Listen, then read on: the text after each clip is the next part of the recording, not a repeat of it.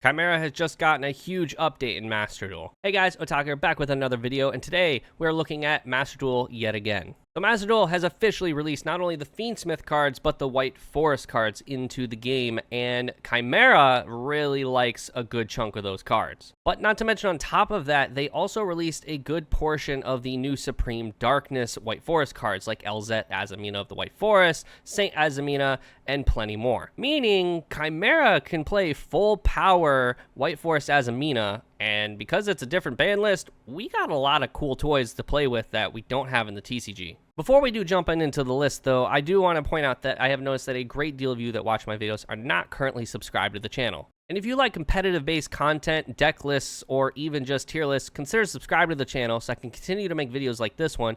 But also, don't forget to leave a like on the video and comment down below if you want to see more Master Duel-related content. Alright, and here it is.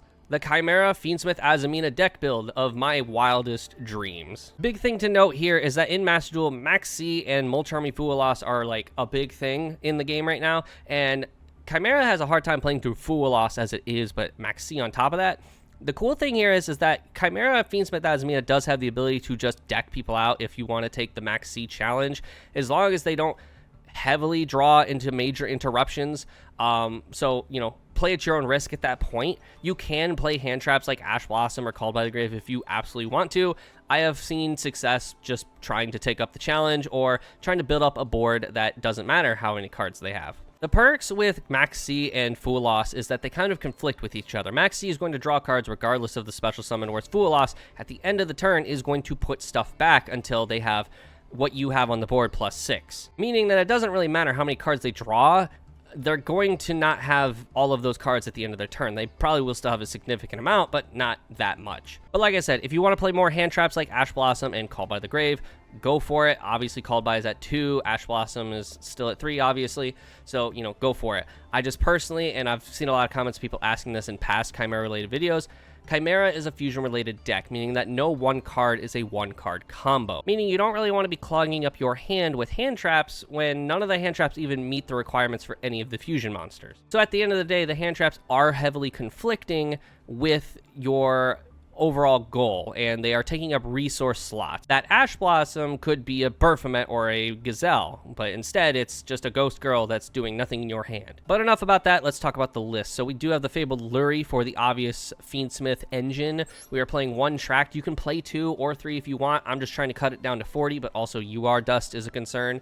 We are playing 2 Engraver because he is semi-limited. He came out semi-limited. Honestly, kind of agree with it. And then because we don't have Lacrima in the game yet, the female Lacrima, not the fusion, we are still playing the Evil Hero cards, even though I still play them in the TCG. These just further help bridge, but also make sure you have the Light Fiend body count in your graveyard for further plays, further resources. We are playing the brand new Fiendsmith Azamina of the White Forest to basically guarantee we are going to see the Sinful Spoils part of the deck. I talked about this in a recent deck build before YCS Orlando. I'll put a link to that in the description below. This card pretty much just makes it so the deck flows completely.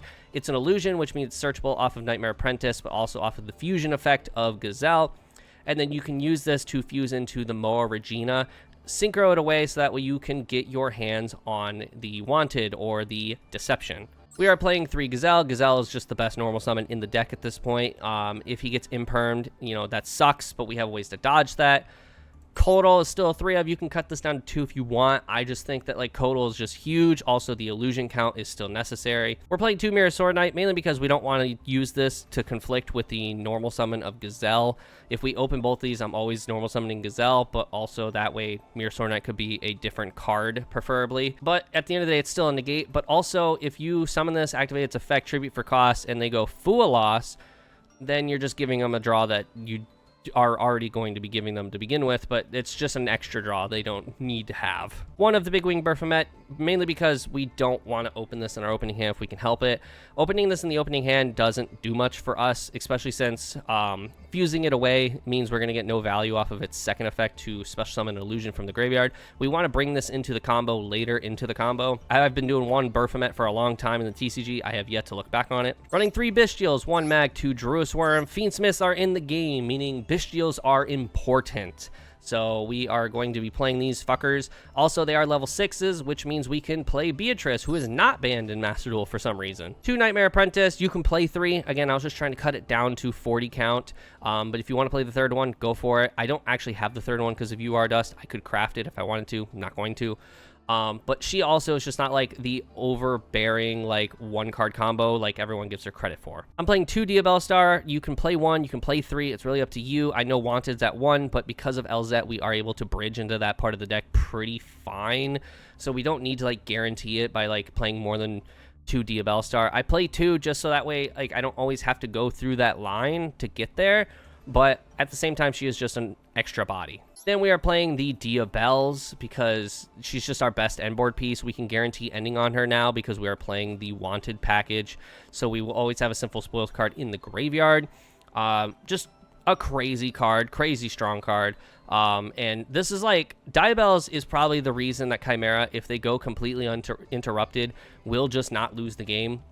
Because Diabells will just make it so any board breaker they have, like Dark Ruler or Evenly Matched or even just Imperm or Droplet, is just not going to happen. Like Dark Ruler is the closest one to happening, and you can just pop it before it actually, you know, happens. And then for the final monster, we are playing the Diabolica.